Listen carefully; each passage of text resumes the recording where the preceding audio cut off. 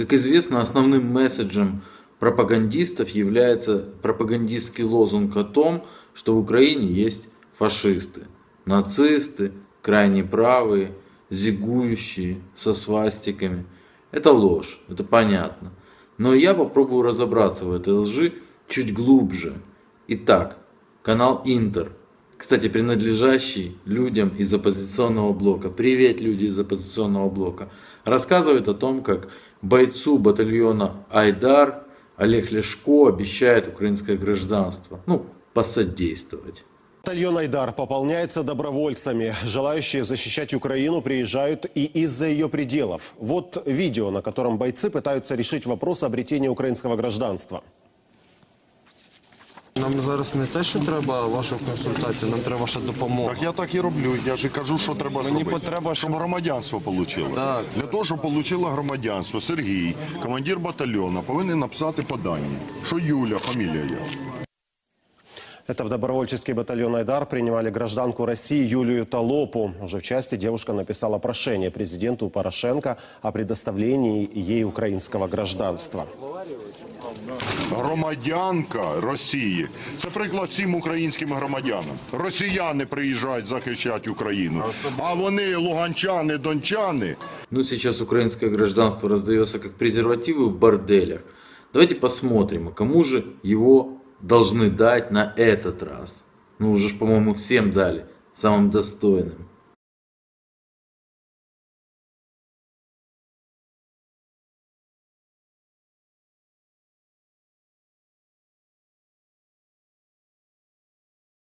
А вот эта будущая гражданка, а может уже дали, а может упустил, еще в России, в лагере тренируется.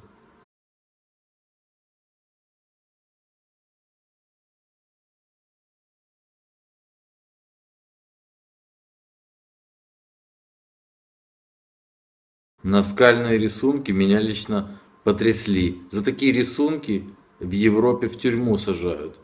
То ладно, вы посмотрите, а она ведь нацистка.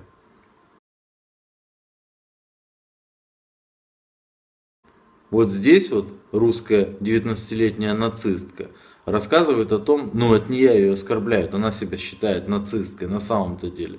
И вот приехала пострелять в моих собратьев украинцев. Вот здесь вот она обращается к Олегу Ляшко, она очень обижена, что ей не дают гражданство. Порошенко, дай гражданство достойной. Олег Валерьевич, помните, когда в августе месяце вы приезжали и сказали, что можете посодействовать в получении гражданства? Так сегодня у нас 5 марта, может быть хотя бы на 8 марта вы сделаете этот прекрасный подарок и поможете все-таки сделать документ. Как гражданке Российской Федерации, которая защищает вашу Украину. А вот здесь она рассказывает, скольких она убила людей на моей земле, приехав на мою землю. Сколько на твоем счету военнопленных, раненых и убитых? Тобой лично. Мной лично так скажу, больше 40 точно. Вот ее подружка, она нам уже знакома. Это тоже боец батальона Айдар, который обстреливала село Широкино. Так, для прикола.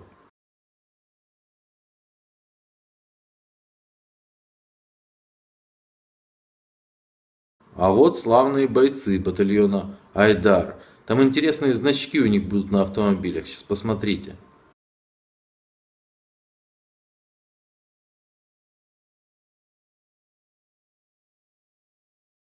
Вот это был шеврон, а сейчас будут значки на автомобилях.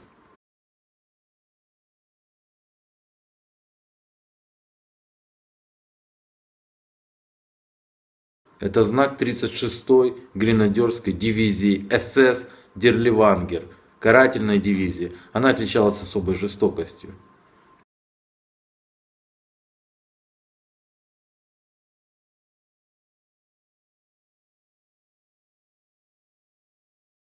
Что интересно, добровольческие батальоны, в частности и Айдар, и Азов, поддерживают наши польские друзья. А польские друзья помнят про Варшавское восстание? Помнят, кто его подавлял, это Варшавское восстание? Привет польским друзьям! А теперь The Guardian. Они написали статью о том, что женщины на переднем плане, и на фотографии присутствует данный автомобиль с данной символикой дивизии СС.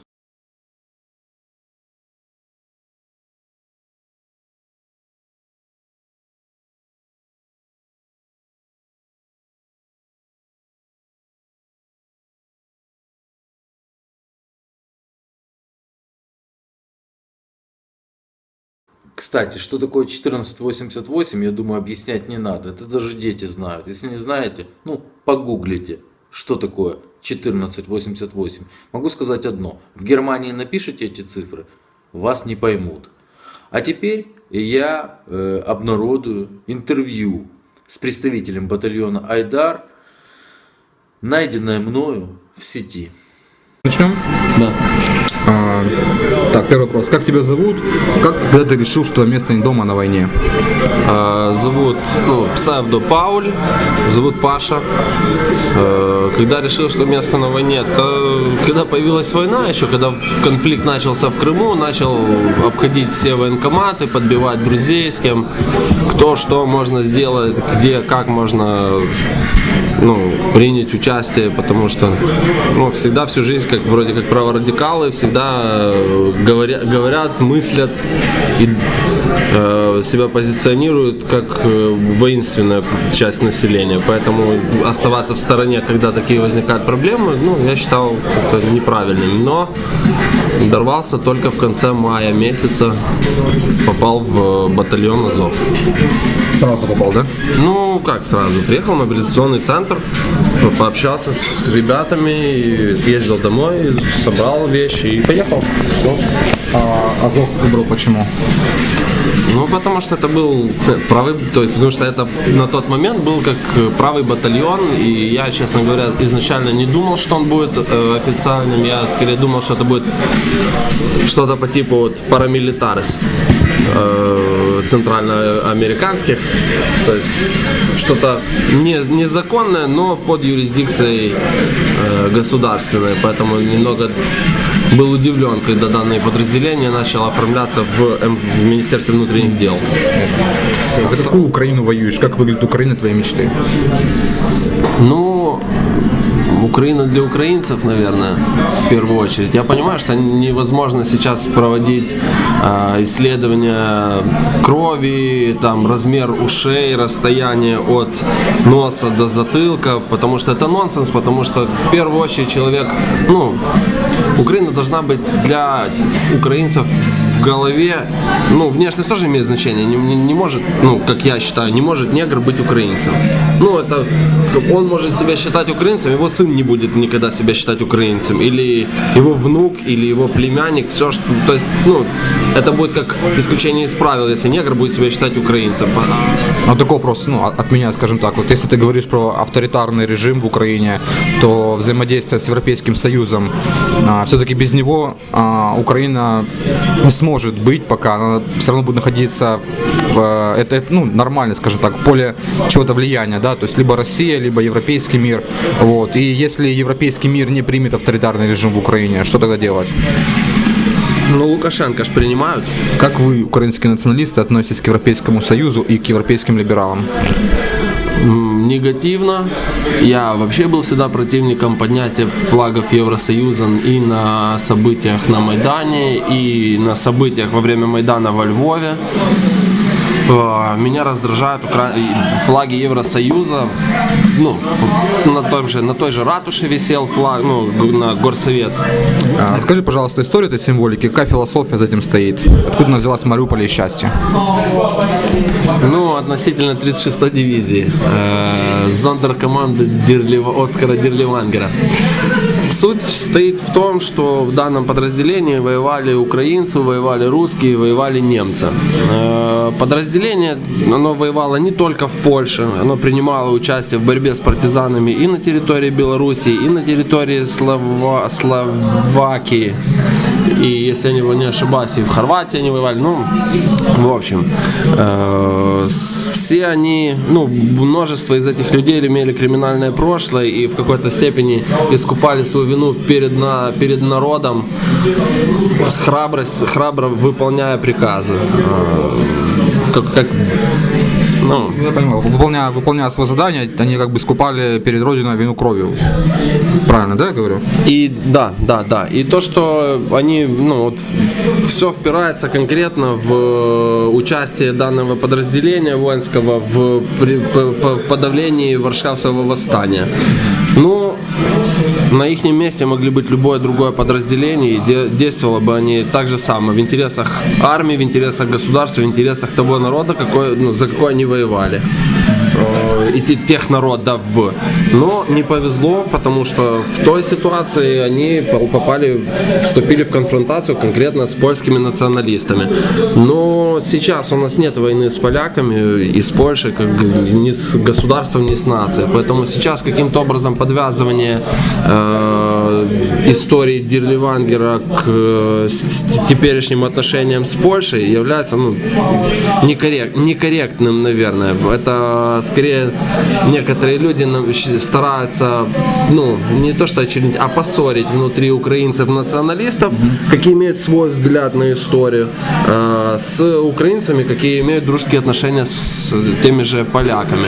То есть, мы можем сейчас начинать тогда оспаривать красно-черный флаг, как флаг, под каким были конфликты на той же самой Волыни. Мы можем оспаривать сейчас бело-красный флаг, под каким опять-таки польская сторона на Волыни уничтожала украинский народ.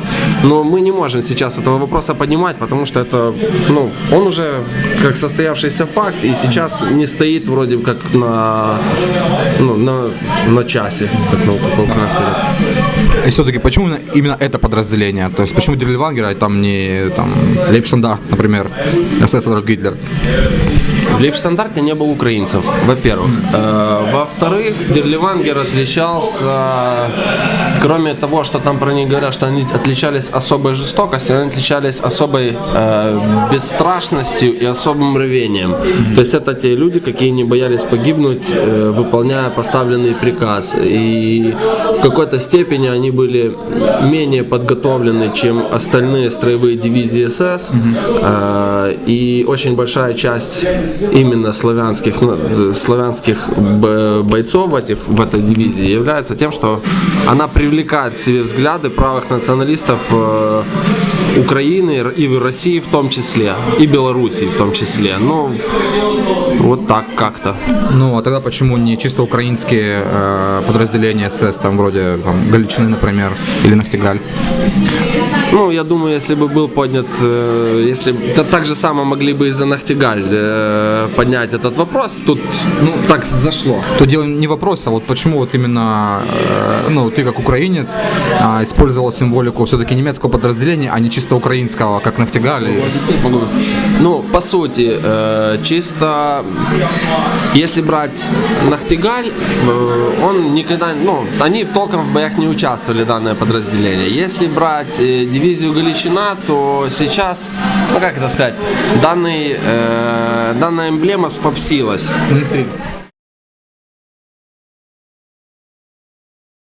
И заканчивая то, с чего начал. Как известно, в Украине фашизма, нацизма нет. Нет в принципе. К тому же, всем известно, что батальоны не используют нацистскую символику. Об этом рассказала Минобороны Украины. Минобороны Украины врать-то ведь не будет, правильно? Поэтому прекратите свою нелепую пропаганду, пропагандисты.